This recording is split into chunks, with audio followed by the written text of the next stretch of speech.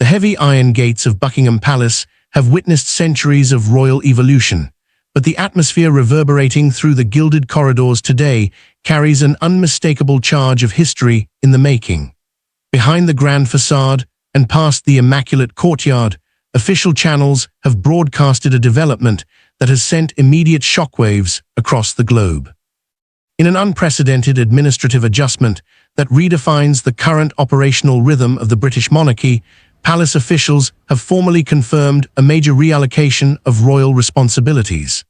Queen Camilla, who has maintained a relentless schedule of public engagements, charitable patronages, and international representational duties, is stepping back from a significant portion of her immediate public calendar. In her place, taking on a formidable suite of high-profile official obligations, steps the tireless and universally revered Princess Royal. Princess Anne, long considered the ultimate bedrock of royal duty, has officially agreed to expand her portfolio, absorbing key sovereign representational tasks to maintain absolute continuity within the House of Windsor.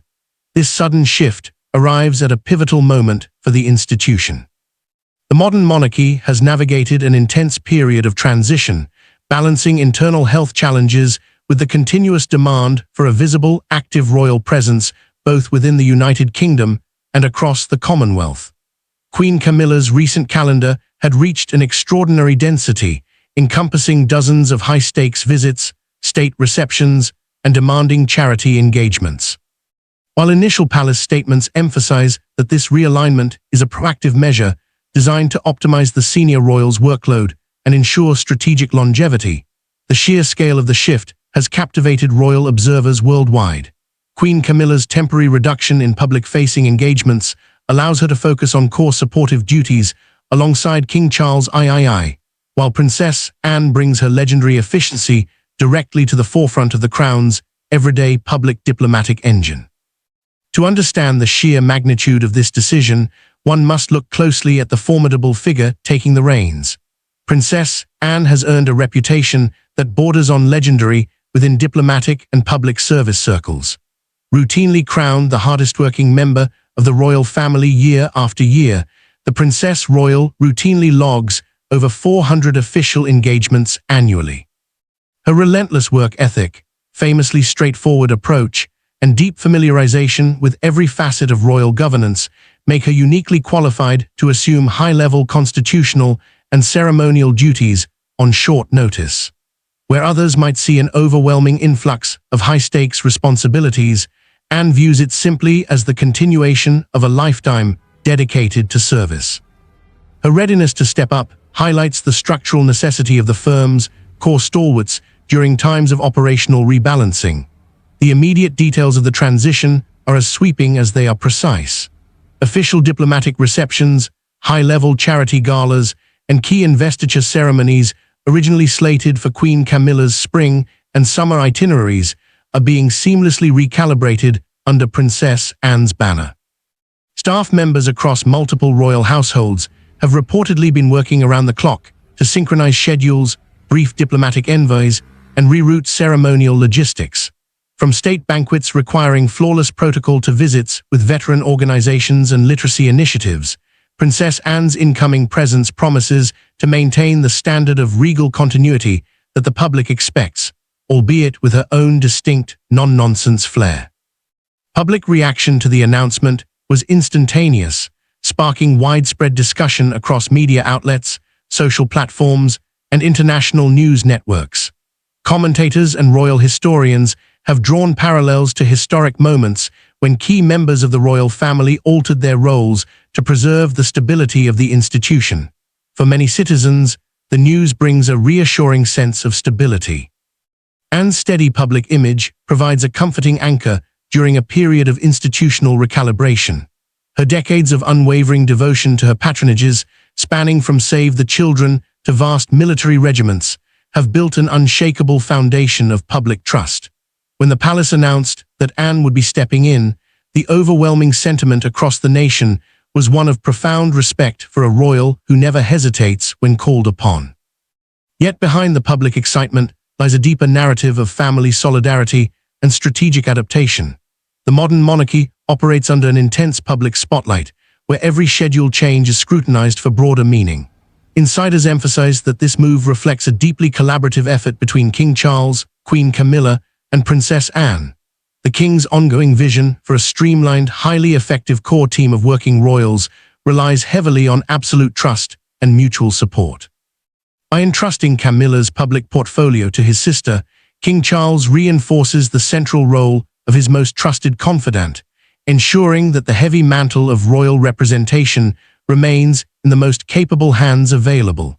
As the news continues to circulate globally, preparations are already underway for Princess Anne's first official public outings under this expanded mandate. Royal watchers are eagerly monitoring the court circulars to see how her newly augmented schedule will unfold in real time. The transition marks a crucial chapter in the ongoing narrative of the British royal family, a testament to adaptability, operational resilience, and the enduring power of duty. With the world watching, Princess Anne steps forward into this expanded role, ready to write the next compelling paragraph of her extraordinary life of public service. Behind closed doors at Buckingham Palace, the logistics of this operational pivot had been quietly taking shape long before the official announcement reached the global press. The inner workings of the royal household require seamless coordination, particularly when transferring high-level constitutional and diplomatic duties. Palace insiders reveal that senior advisors, equerries, and private secretaries engaged in intensive strategy sessions to map out the transition without creating a ripple of friction in the Crown's tight public calendar.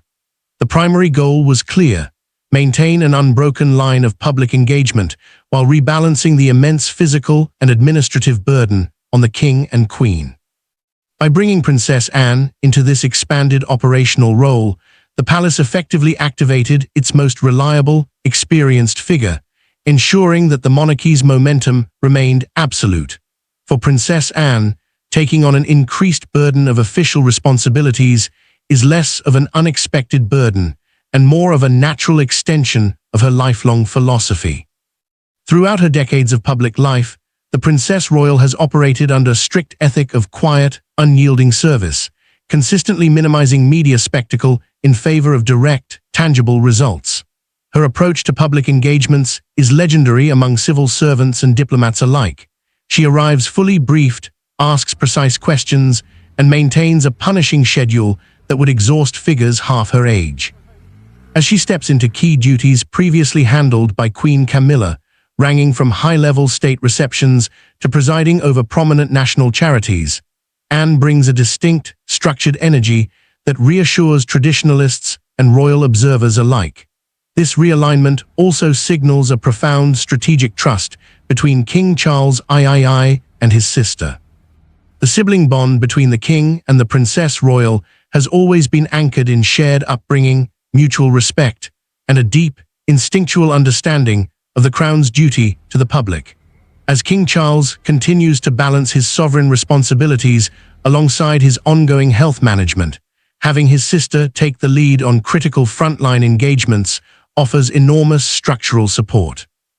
It allows the King and Queen Camilla to conserve their energy for core constitutional matters, strategic statecraft, and private recovery time without leaving a vacuum in the public eye.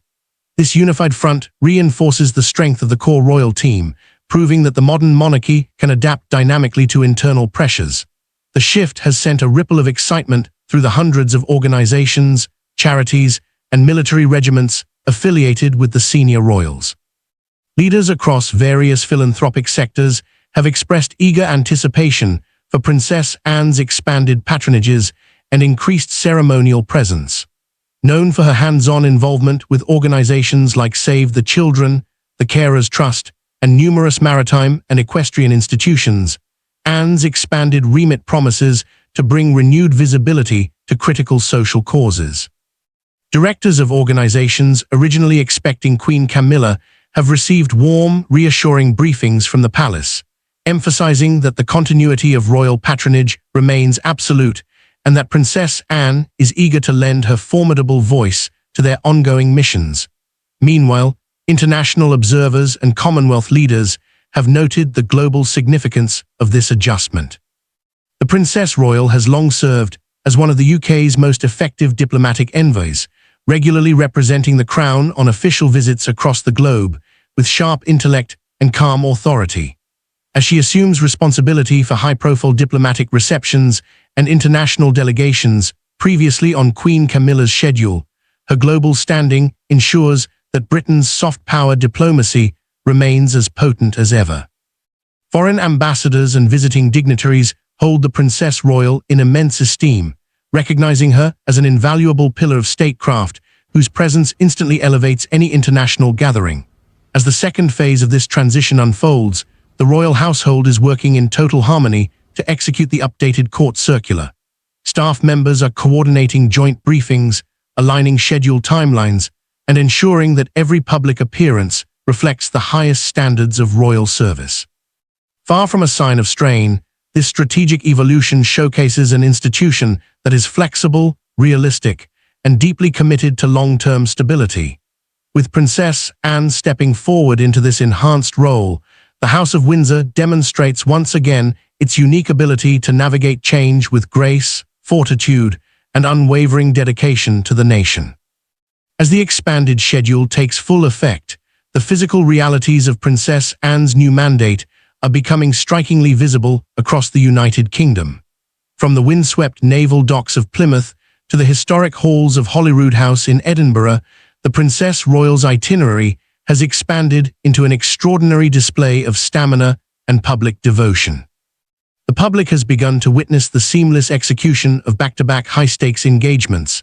Events that were once divided between two senior royal households are now streamlined under Anne's direct command. Her helicopter landings have become a ubiquitous sight in regional towns, where thousands turn out not just to see a royal figure, but to express admiration for a woman who embodies the very essence of duty. The impact of this structural shift is equally profound within the internal culture of the royal staff. The private offices of Buckingham Palace, Clarence House, and Gatcombe Park are operating in a state of unprecedented synchronization. Joint briefings between Queen Camilla's private secretaries and Princess Anne's team have established a master strategy for handling delicate patronage handovers. Where Queen Camilla brought a warm, conversational, and culturally focused touch to her causes, particularly in literacy, supporting survivors of domestic violence, and promoting the arts, Princess Anne seamlessly adapts these appearances to reflect her direct, solution-oriented style. Rather than altering the core objectives of these organizations, Anne's presence injects a crisp, energetic momentum that charity directors are finding immensely invigorating.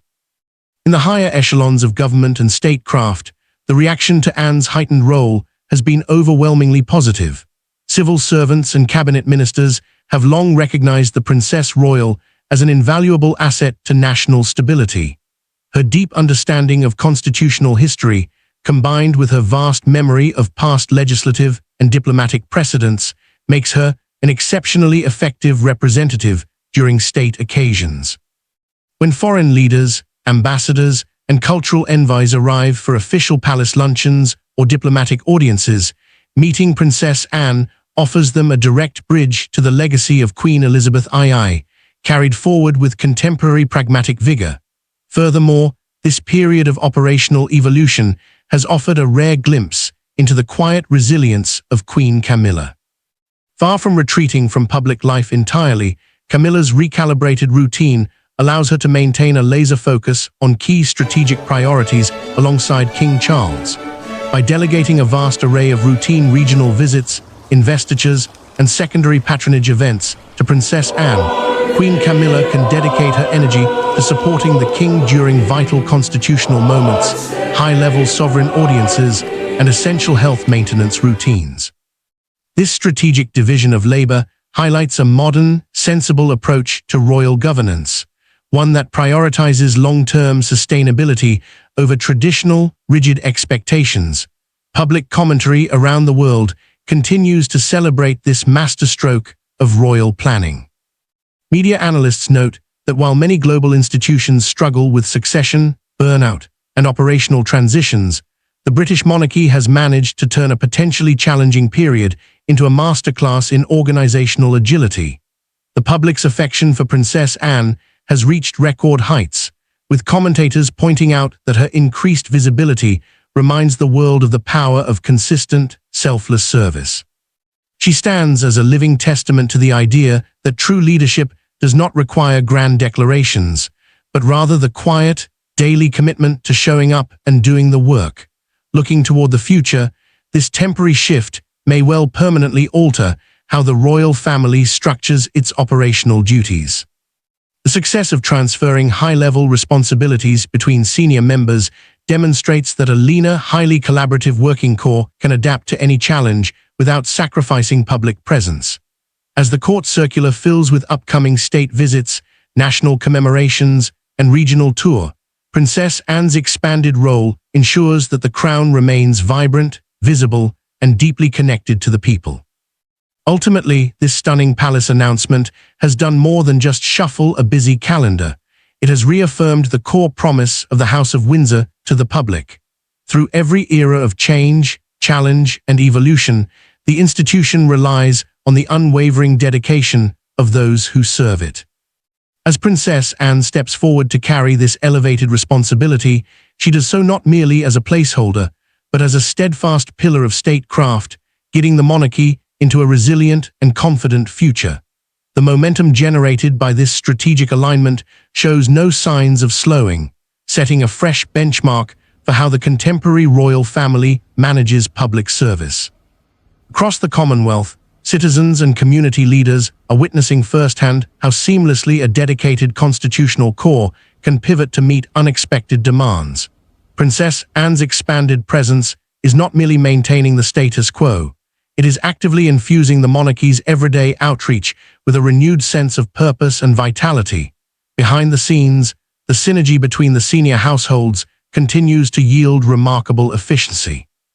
King Charles III and Queen Camilla remain deeply grateful for the Princess Royal's swift, decisive intervention, which has allowed the crown to fulfill every single civic and diplomatic commitment without compromising the quality of engagement. This successful transition serves as a powerful reminder to international observers that the strength of the British monarchy relies not on any single individual, but on a collective commitment to continuity, duty, and mutual support. As Princess Anne carries this heightened mantle into the coming months, her unwavering devotion guarantees that the House of Windsor remains an enduring, adaptable symbol of stability on the global stage.